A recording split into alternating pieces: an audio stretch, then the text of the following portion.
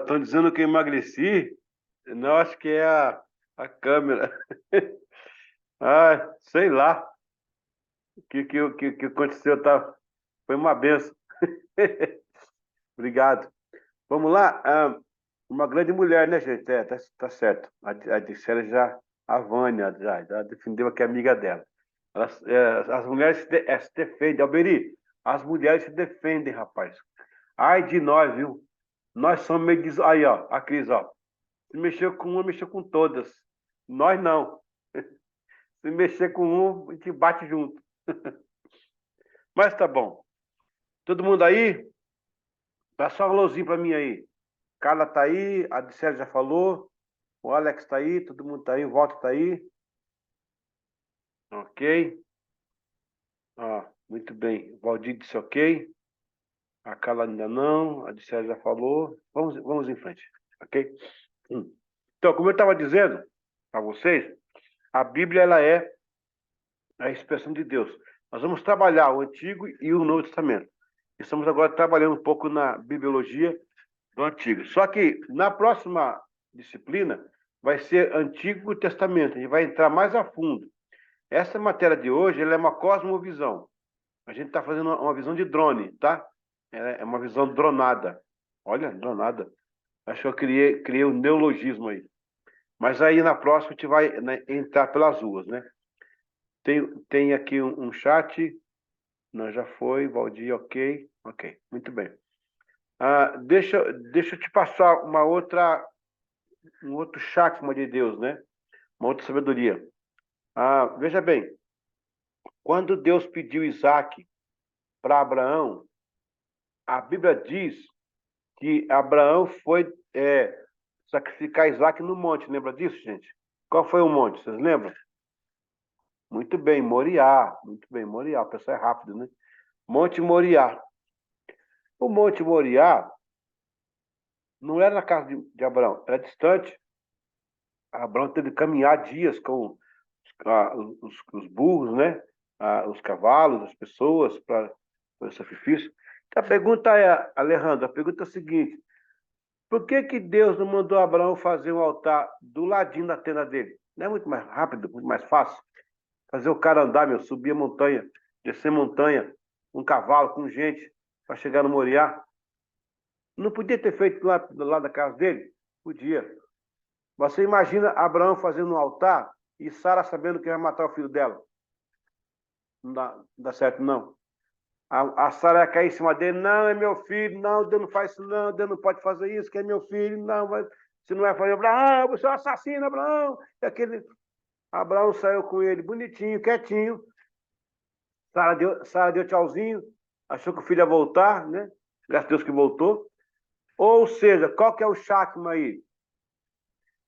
Não faça atos de fé perto de pessoas que não estão no mesmo nível.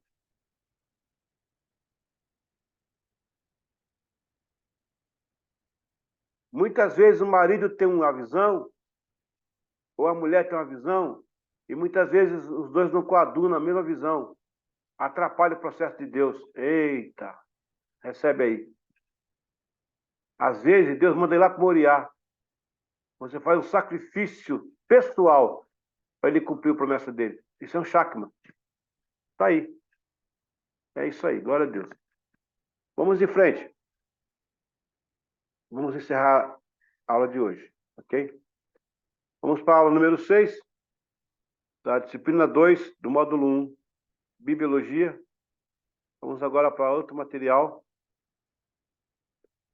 Agora sim, o Novo Testamento. Olha, nós fizemos agora uma incursão dentro do Antigo Testamento e agora uma incursão dentro do Novo Testamento. É importante estudar essas duas partes aí. Ok. A ideia do NT. Na igreja primitiva, cristãos fervorosos escreveram e fixaram a palavra. O resultado foi um conjunto de cartas, livros, os chamados de autógrafos originais. Essas cartas e esses livros foram copiados em grego koiné e recopiados através dos séculos e distribuídos por todo o mundo, O Novo Testamento é a base da herança cristã. O koiné significa comum, tá? Comum ou vulgar. A ideia cristã é trazer para o plano da fé o relacionamento entre Deus, Israel e o homem, na pessoa de Jesus Cristo de Nazaré. Nas páginas do NT, Jesus é elencado como Messias prometido, o Salvador do mundo, o Filho de Deus. Jesus se revela a 12 homens.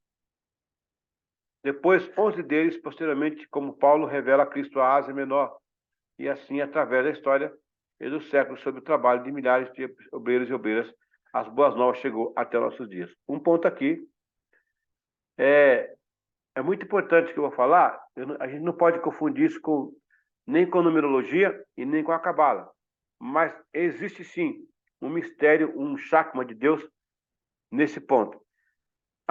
Veja que Deus levantou 12 tribos em Israel. O número 12 na Bíblia significa governo, governo perfeito. Mas lá na frente, o que aconteceu? Morreu o José, então ficou 11. Quando o número vem para 11, ele é um número ímpar, ele abre. Abriu, entrou Manassés e Efraim, que eram os filhos de José. Manassés 12, Efraim 13. Abriu de novo. Porque aquelas tribos precisavam gerar uma geração. O tabernáculo tinha 11 cortinas. Por que não tinha 12? Porque o tabernáculo abria para que a igreja viesse depois. A igreja é a 12ª cobertura. Para fechar o plano de Deus. Quando Cristo veio ao mundo, ele chamou 12 homens. Não foi? Mas Judas o traiu. Ele ficou 11. Aí chamaram Matias, 12. Depois Paulo, 13. Abriu de novo. Interessante, né? Então, a mesma coisa acontece aí com o Senhor aí no Novo Testamento. Ok. Subdividido entre evangelhos, cartas, epístolas, o NT elabora a base da crença cristã sobre muitos princípios hebreus judaicos. O cristianismo leva ao mundo inteiro sua influência e a Bíblia torna-se a guardiã desta fé que atravessa séculos adentro. O Novo Testamento é composto por 27 livros. Evangelho de Mateus, Evangelho de Marcos, Evangelho de Lucas, Evangelho de João. Lembrando que, irmãos, o Evangelho de Mateus, o de Marcos e de Lucas são chamados de sinóticos. Sinóticos. S-I-N-O-T-I-C-O-S. Sinóticos. Por quê? Porque eles se parecem, né? As narrativas são idênticas. Lembrando que o Evangelho de Mateus ele é ocular, ok? O Evangelho de Marcos é ocular. O Evangelho de Lucas é testemunial. Mateus viu Jesus fazer o que fez e escreveu. Marcos, que é o João Marcos, também não estava entre os 12, mas viu as coisas que, né, e escreveu. Lucas foi investigador. Lucas, claro, ele pode até ter visto Jesus, porque ele era contemporâneo, mas ele foi mais por investigação. É interessante porque Mateus está dentro. Olha só, gente. Gente, olha, eu gosto de Saulo aqui. Mateus está dentro, Marcos está ao redor, Lucas andou ao redor. Os três disseram a mesma coisa. Que coisa linda, gente. Mateus está dentro, ele é um dos discípulos, certo? Ele é o mesmo Levi. Marcos está ao redor, porque ele não está entre os dois, mas estava ali na periferia. E Lucas, investigador, está bem afora. Mas os três falam a mesma coisa. O Mateus procura revelar Jesus aos judeus. A linguagem que ele vai usar é um hebraico, é um grego hebraicado, é chamado de hebraísmo, né? Ele escreve em grego, mas pensa em hebraico. O Marcos apresenta Jesus como um rei aos romanos. Lucas apresenta Cristo aos gregos como um sábio. E agora o Evangelho de João, que mostra Cristo para a igreja. Então, Mateus, os judeus, Marcos, os romanos, Lucas, os gregos, João, a igreja. É muito bom anotar essas coisas aí. Atos dos Apóstolos também está nessa composição. Romanos, Coríntios 1, Coríntios 2. Nesse caso, não é que era um livro só, foi proposital mesmo. Paulo mandou uma carta, depois outra carta. Gálatas, Efésios, Filipenses, Colossenses, 1º e 2º Tessalonicenses, 1º e 2º Timóteo, que são as cartas pastorais, né? Tito, Filemão, Hebreus, Epístola de Tiago, 1ª de Epístola de Pedro, 2ª de Pedro, 1ª de João, 2ª e 3ª de João, e o Apocalipse. Judas e Apocalipse. Lembrando que o Judas, ele é o irmão de Jesus, né? Não é o Judas que traiu. E também não é o Judas Tadeu. São 3 Judas. Um traiu, o outro era discípulo e o outro era irmão. Então nós temos aqui um Tadeu entre nós, né? Que, graças a Deus, não é Iscariote, mas também não tem a pretensão de ser o irmão, né? Aquele irmão de sangue. Ele é um dos discípulos, né, Tadeu? É isso aí. Então os evangelhos de Mateus e Marcos são conhecidos como sinóticos, né? Por quê? Porque possuem uma gama de histórias aproximadas em comum. Interessante é que a sequência dos fatos narrados, se assemelham apropriadamente. Pode-se notar que os conceitos das narrativas são próximos. A estrutura de palavras vem da mesma visão, e o paralelismo é surpreendente, ao ponto da academia aceitar o fato que 2 coisas são importantes. Aí, eles são produzidos a partir da mesma linha de investigação e assim uma coligação entre eles. Você percebeu que na narrativa dos 3, um completa o outro? Tem um que fala uma coisa, o outro não fala, e o outro fala, o outro não fala. Então, quando você junta os 3, fica cheinho o recheio, fica legal, fica fantástico. E aí nós temos a outra parte, que são as traduções, né? O NT é composto de traduções e elas chegam ao patamar de aproximadamente 5.000 documentos, manuscritos, né? Há um acordo de academia que se concentra a base dessas traduções em 2 fontes, o texto bizantino e o texto alexandrino. Deixa eu explicar isso aqui para vocês agora. Deixa eu ler e vou explicar. Pode-se dizer também texto receptus, ou seja, texto recebido, por tradição. Esse texto foram base, inclusive, para as traduções antes, durante e depois da Reforma Protestante. Foi a base de Wycliffe, Lutero e Hus. E até o nosso João Ferreira de Almeida, é claro, incluindo a Vulgata Latina como parte das consultas de traduções. O texto receptus é a denominação dada a uma série de textos do Novo Testamento, em grego, impressos em séculos XVI e XIX, e que serviu de base para diversas traduções da Bíblia, como a Bíblia de Lutero, a Bíblia do Rei Tiago, ou King James, e para a maioria das traduções do Novo Testamento, a Reforma Protestante, inclusive a tradução portuguesa de João Ferreira de Almeida. Gente, além do João Ferreira de Almeida, tem o Padre Figueiredo. Padre Figueiredo. Mas ele foi posterior, foi de 1800. Ok, vamos lá. O primeiro processo do Novo Testamento foi auricular.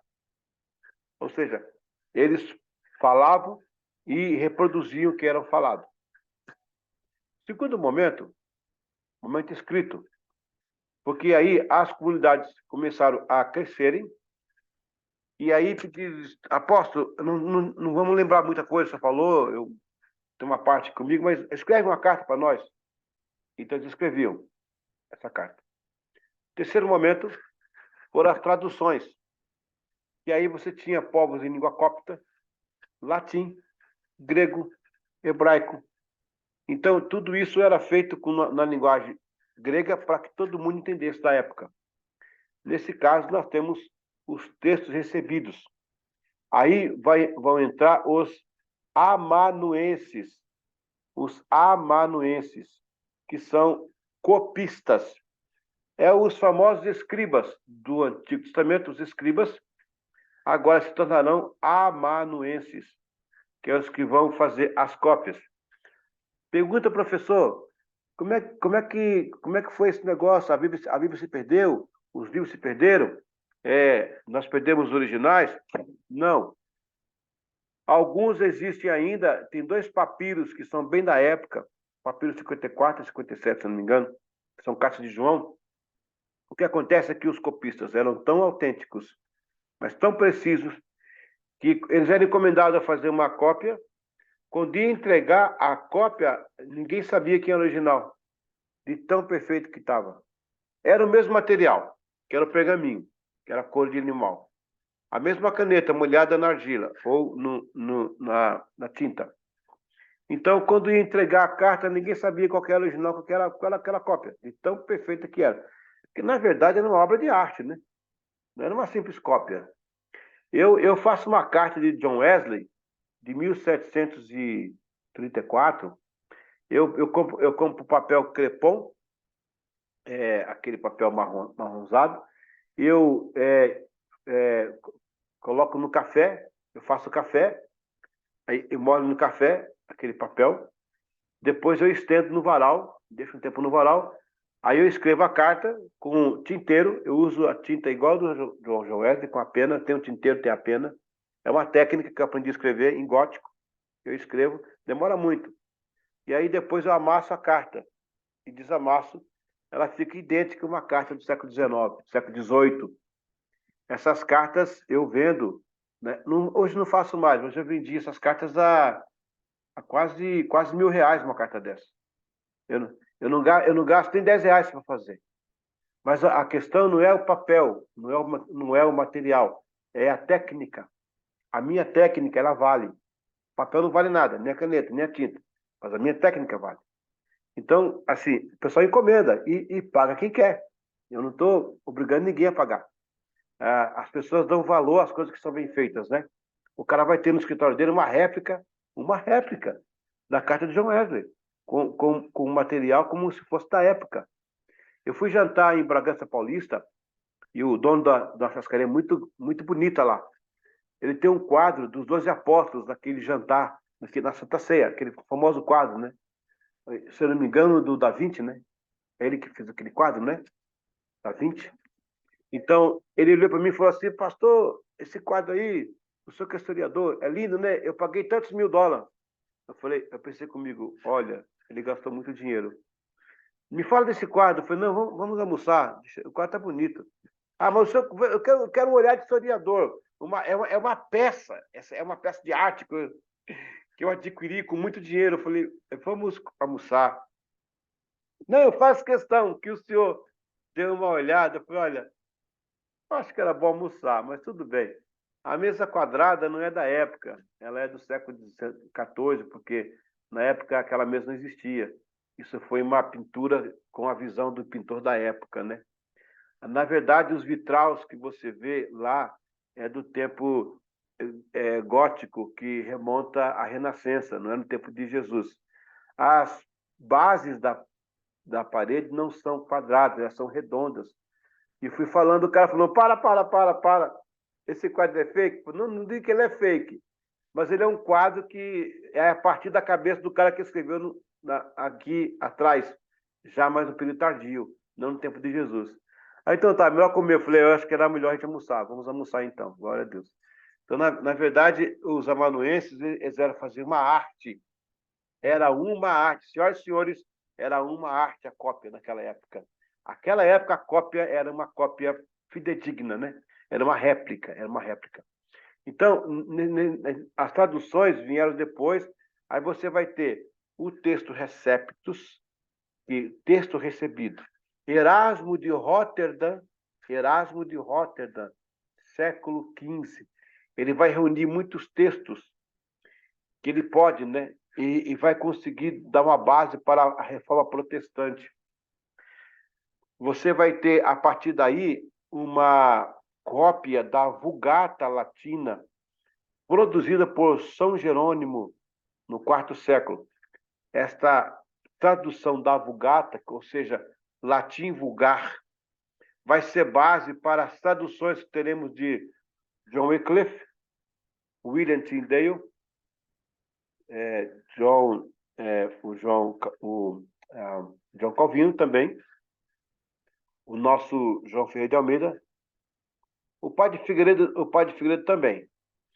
A Vulgata Latina, ela traz uma tradução completa da Bíblia. No caso, foi um trabalho exaustivo do Jerônimo, né? Os outros vieram fazendo em cima do que ele fez. Quando a igreja inglesa assimilou a Bíblia, no estilo do Tyndale, que era mais popular. Eu sempre fiz essa pergunta: por que ela aderiu a do Tyndale e não a do Wycliffe? Porque a Bíblia do Wycliffe era uma Bíblia bem erudita. Era um inglês de Shakespeare, um inglês erudito, difícil de entender nas comunidades. E a de William Tyndale era mais popular, tipo a linguagem de hoje. Então, ela sofreu essas mutações de traduções, o Novo Testamento. Aliás, nesse caso, não só o Novo, como também o Antigo Testamento, né? Muito bem. Vamos lá, vamos... Opa, eita, pulei aqui. Ai, ai, ai. Peraí que saiu a prova aqui agora. Sumiu aqui a apostila. Deixa eu voltar aqui. Só um pouquinho, moço. Deixa eu buscar aqui a apostila de novo. Onde é que ela está? Espera um pouquinho só. Deu um chute aqui. Deixa eu ver aqui. Pessoal, segura um pouquinho aí, tá? Ai, meu Deus do céu. Cadê? Ela sumiu daqui, a apostila. Pode isso? Achei. Pronto. Voltamos logo após os comerciais. Vamos lá. Vamos encerrar. Vamos encerrar por pobre jantar. Eita, que saiu de novo aqui. Saiu de novo aqui. Pera aí. Fui falando abrir jantar, tá vendo? Agora vai de novo. Voltando aqui agora. Meu Deus. Pronto. Amém. Aí, ela sai, rapaz. Toda vez que eu tento descer aqui, deixa eu ir de novo aqui. Espera aí. Deixa eu voltar. Vamos terminar isso aqui. Agora foi. Chamar aqui na sala.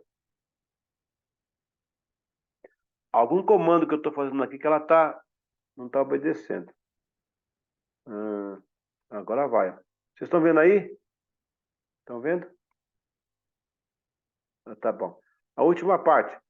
A base das traduções, né? O texto Receptus foi uma iniciativa de ter todo o Novo Testamento e alguns documentos da igreja em um só documento, embora o cano já teria sido uma compilação por Atanásio em 367. Foi Erasmo de Roterdã que em 1516 compilou o Receptus com o nome Novum Instrumentum Omni. Era um documento com 6 manuscritos gregos a partir do século XII, sendo que um dos trechos do Apocalipse ele extraiu da Vulgata Latina. Foi um documento tão importante que até mesmo Beza publicou. O Beza ele é um teólogo, né, contemporâneo, é Teodoro de Beza, contemporâneo de Lutero. Ele, o Gomarros, o Michelington, né, são tudo contemporâneos. O texto Receptus não é um só texto, mas uma família textual. O texto Receptus tem sua origem em alguns manuscritos do texto bizantino. Por isso, muitas vezes são confundidos como se fossem o mesmo texto. Gente, o texto bizantino é porque é da época de Bizâncio. Bizâncio é um império que se levantou quando Roma caiu no Ocidente. O Império Bizantino se levantou no Oriente.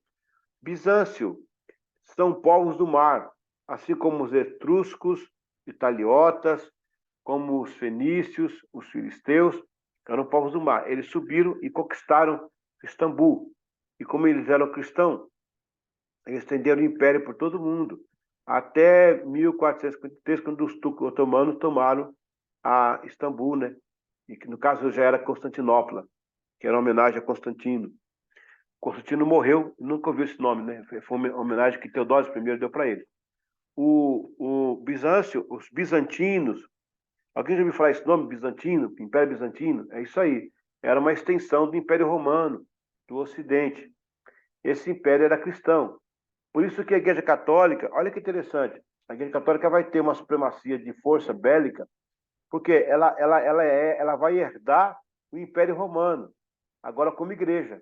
E agora tem a espada. Não, mas não é a espada do evangelho, não é a Bíblia, é a espada do sangue mesmo. Por isso que ela vai perseguir muita gente, vai matar muita gente, vai fazer muita coisa errada aí, né, durante a história. Os bizantinos eram conhecidos por duas coisas. Não sei se você já viu aqueles pratos de cozinha com mosaicos, desenhado peixe, aquelas igrejinhas e tal. Ali é arte bizantina. E também, todos os prédios bizantinos eram octogonais. Todos os prédios tinham oito pontas.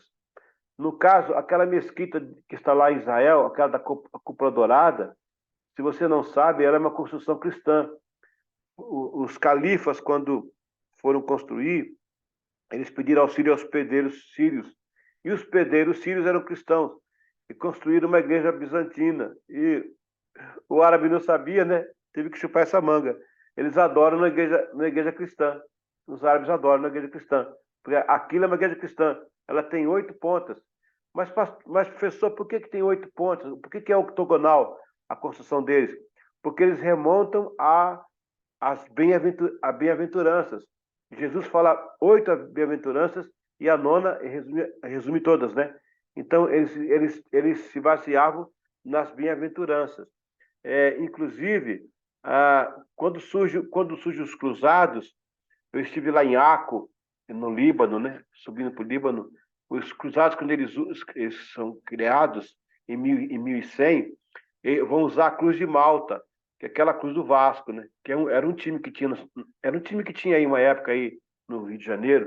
Não sei se ele existe ainda. Sei que o Fluminense ainda é um grande time lá.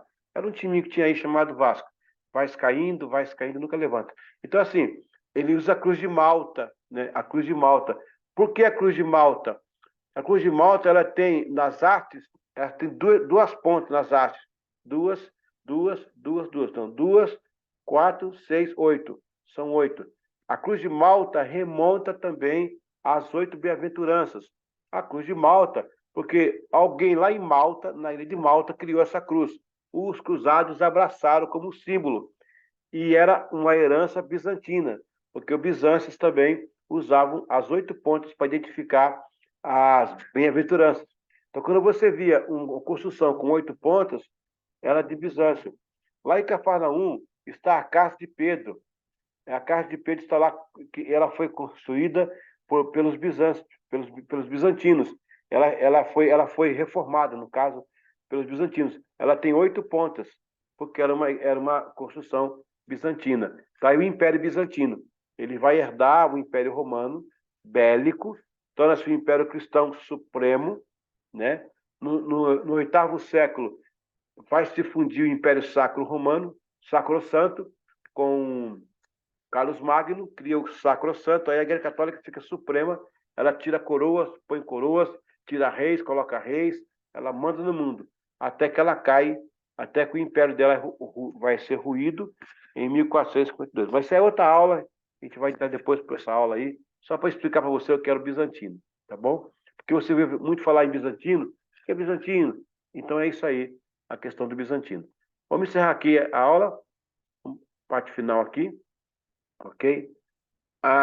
Em Atos 8:37, 1 de João 5:7-8, portanto, o texto Receptus não deve ser confundido com o texto bizantino ou o majoritário. Eu acho que a gente termina aqui isso, essa parte da aula. Vamos só recapitular aqui algumas coisas para a gente já sair para a prova. Amém?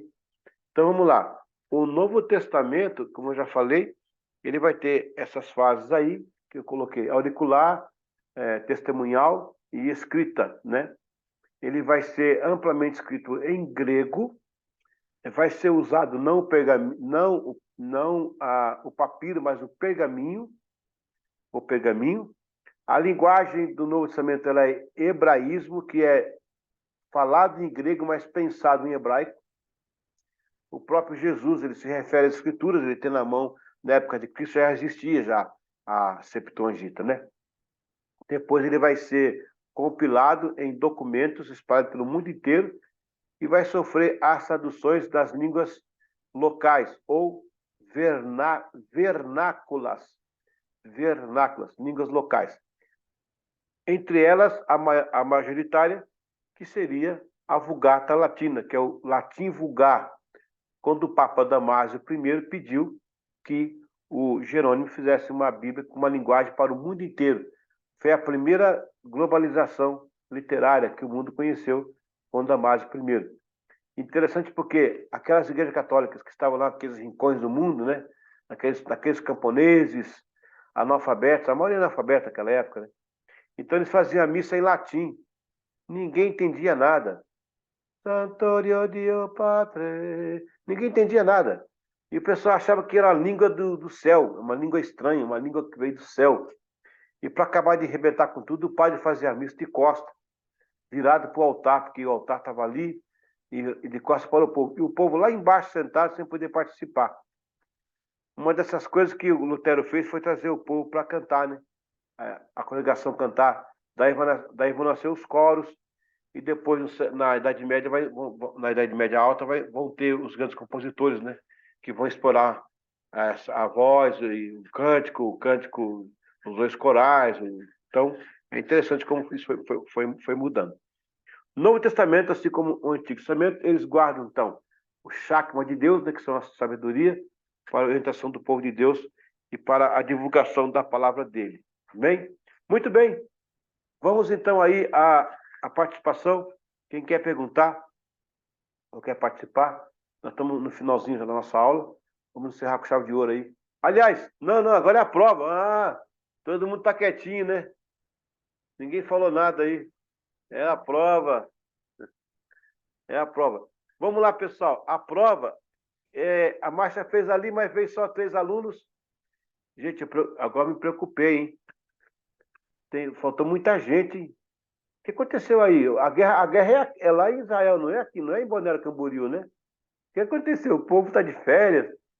Mas tudo bem. Temos aqui 1, 2, 3, 4, 5, 6. Temos 10 online e temos 3. Está faltando 10 ainda. Bom, acho que semana que vem vai melhorar. Vou jogar a prova aqui na tela, você vai escrever aí na sua casa, vai responder no papel, vai lançar no meu privado, coloca prova 2, tá? Prova 2. O Valdir falou que é a chuva. Tá chovendo muito aí. É que tem a palavra que diz que nós somos sal da terra, né? Então, o crente leva muito a sério, quando chove ele some. Sal da terra. Choveu, sumiu. É isso aí. Vivendo e aprendendo. Tem uma irmã que está no hospital morrendo, rapaz. Aí estava só com máquina ligada, um monte de máquina ligada. E o pastor orou por ela, ficou do ladinho dela.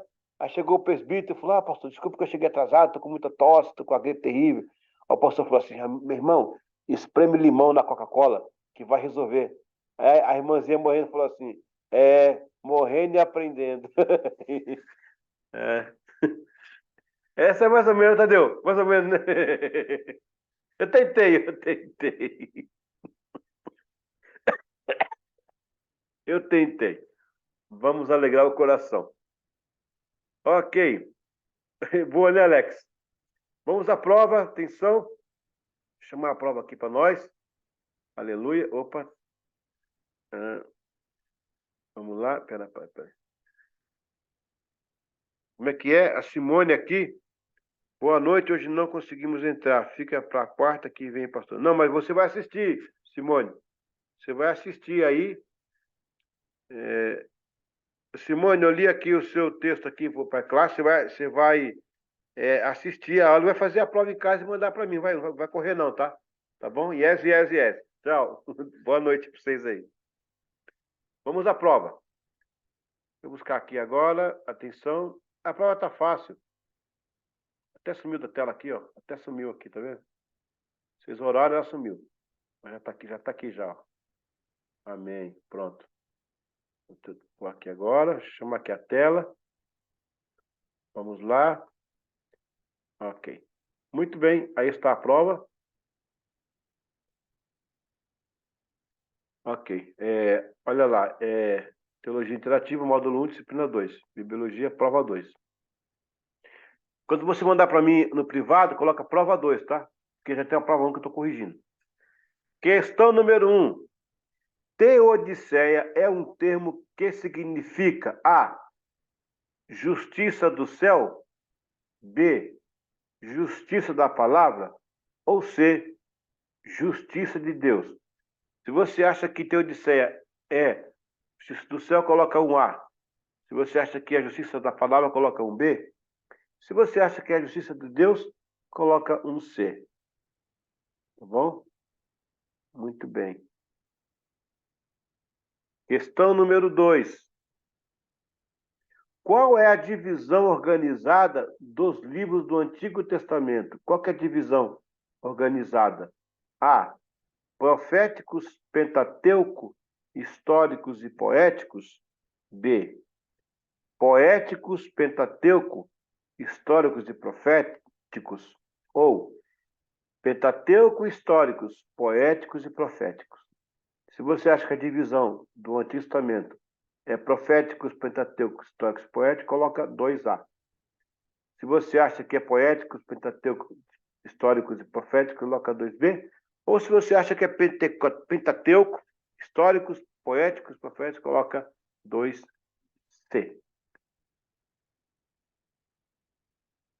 Você está fazendo, Cris, a prova aí, Cris? Não estou vendo, não. Tá, né? Tá bom. Muito bem, vamos lá. Questão número 3. Ó, eu vou considerar só o Alejandro que ele escreve em espanhol, mas eu vou considerar se ele errar porque ele está escrevendo em espanhol, tá bom, gente? Que eu estou falando em português aqui. Questão número 3. Para os judeus, a Bíblia possui 3 partes. E o nome usado no acróstico é A. Ih, ali está DEF, não, é ABC, tá? É ABC, desculpa aí. É ABC. A. Tanakh. B. Baruch. C. Todá. Essa está fácil, até a Márcia vai aceitar essa aí. Questão número 3. Para os judeus, a Bíblia possui 3 partes. E o nome usado no acróstico é, o acrônimo, né? Se você acha que é Tanakh, coloca 3A. Se você acha que é Baruch, coloca 3B. Se você acha que é Todá, coloca 3C. A última parte, questão 4. Quais são as 3 partes que subdividem os livros da Bíblia hebraica? A. Profetas, escritos e leis. Lembra que eu falei que ia cair isso aí? B. Leis, escritos e profetas. Ou C. Leis, profetas e escritos. Quais são as 3 partes que subdividem os livros da Bíblia hebraica? Se você acha que é profetas, escritos e leis, coloca 4A. Se você acha que é leis, escritos e profetas, coloca 4B. Se você acha que é leis, profetas e escritos, coloca 4C. Amém? Tem chat aqui. Deixa eu ver o que está escrito no chat. Boa, boa, kkk. A cidade é muito difícil com esse trânsito. O pessoal que veio do feriado. Ah, tá. Era coisa que dá aula. Ok? Muito bem, pessoal. Alguma dúvida? Alguma dívida?